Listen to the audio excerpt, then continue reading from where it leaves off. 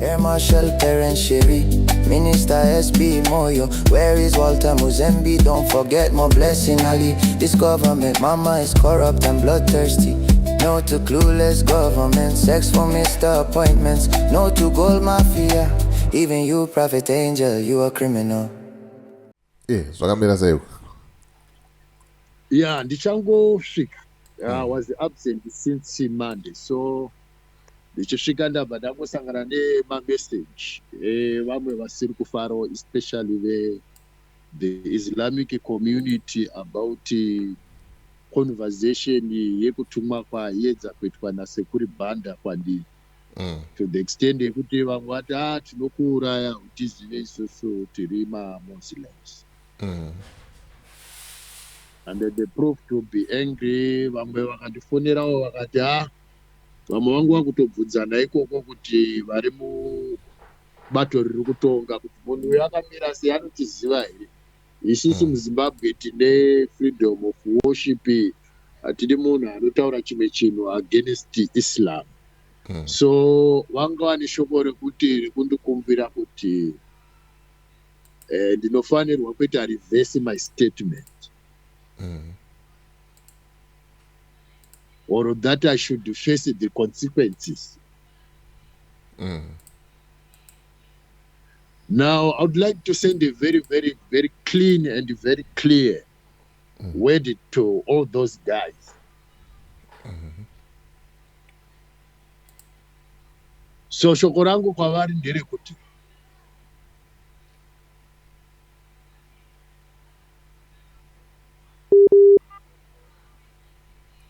I'm not going to change.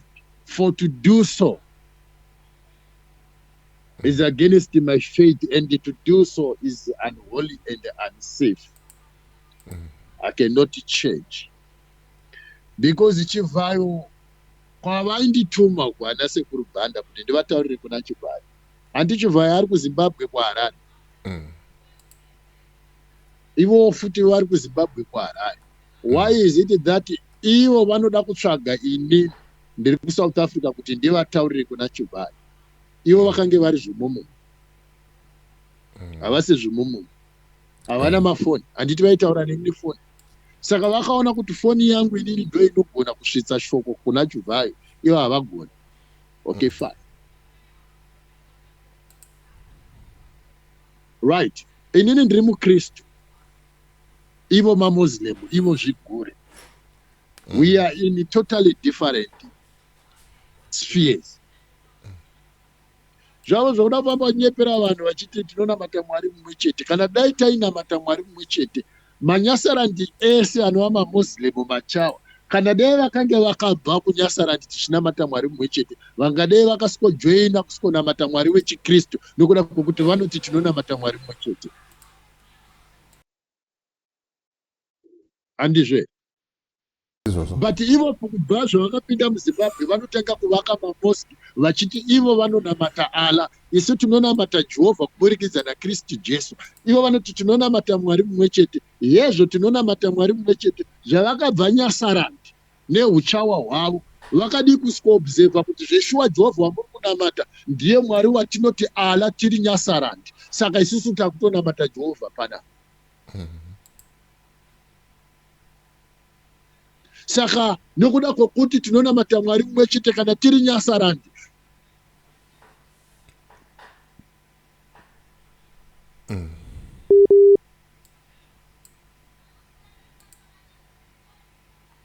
Hello. Bible nokuda kwokuti ndi Mwari mumwe chete.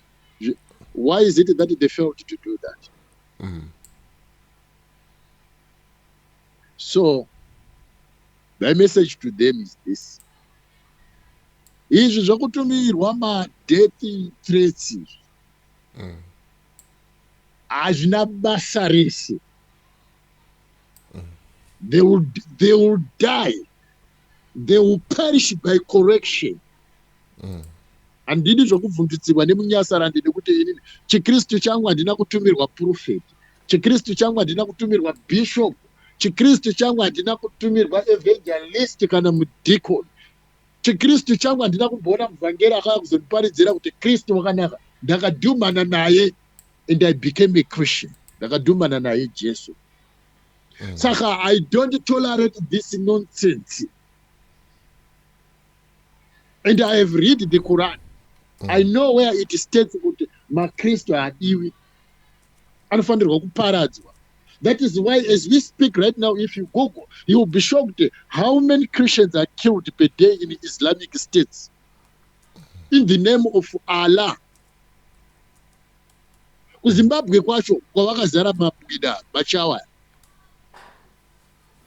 Kuzimbabwe kwacho iwaya machawaya. Avasiri vere vakabhanisa vakaita noise in parliament.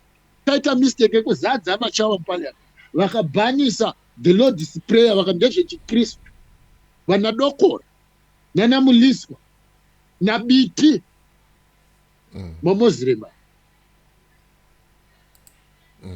Nasi hatisisina the Lord's prayer muZimbabwe yakabhanwa nemaMuslim. Right now as I speak DJ ndoda kuti ufonere vanhu vari kumusha. Zvimwe zvikoro zviri kumusha vana vakudzidziswa chichawa. Mutauro wechichawa muzvikoro vakudzidziswa chinyanja. I don't have a problem with that myself, because a language is a language. But vada kuedza kumanikidzira kureplace Christianity with Islam, because vanhu vechikristu they are very docile, they are very very soft. Vanobva tinokuroya tinonamata Muhammad.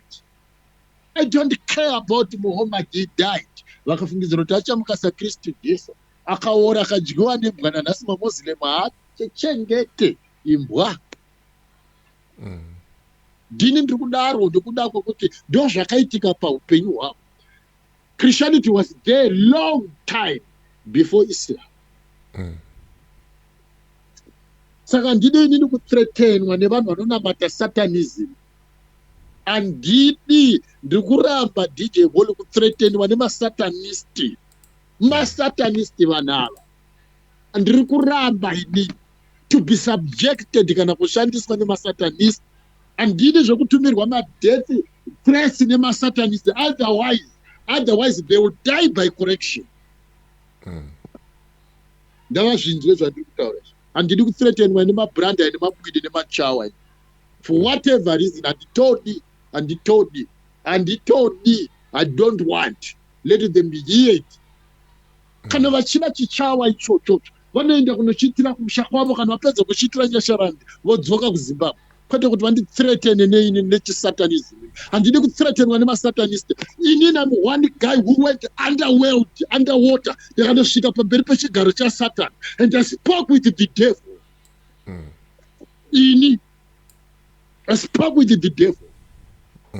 Handidi kuvhundutsirwa nemasatanist. Satan anozviziva kuti this guy is of Christ. Satan unozviziva kuti Jeff Tuta ndoka Kristu. I stood before the devil. He knows me. Handidi kuvhundutsirwa nemasatanist. Njuzu dzimwe dzakanditadza ini. Kutaura njuzu ndiri mumvura. Ndidi kuvhundutsirwa nemasatanist echiMuslim. That is my message to them. Thank you. Aiwa, ndinotenda Mkoma Jeff Judah maita basa.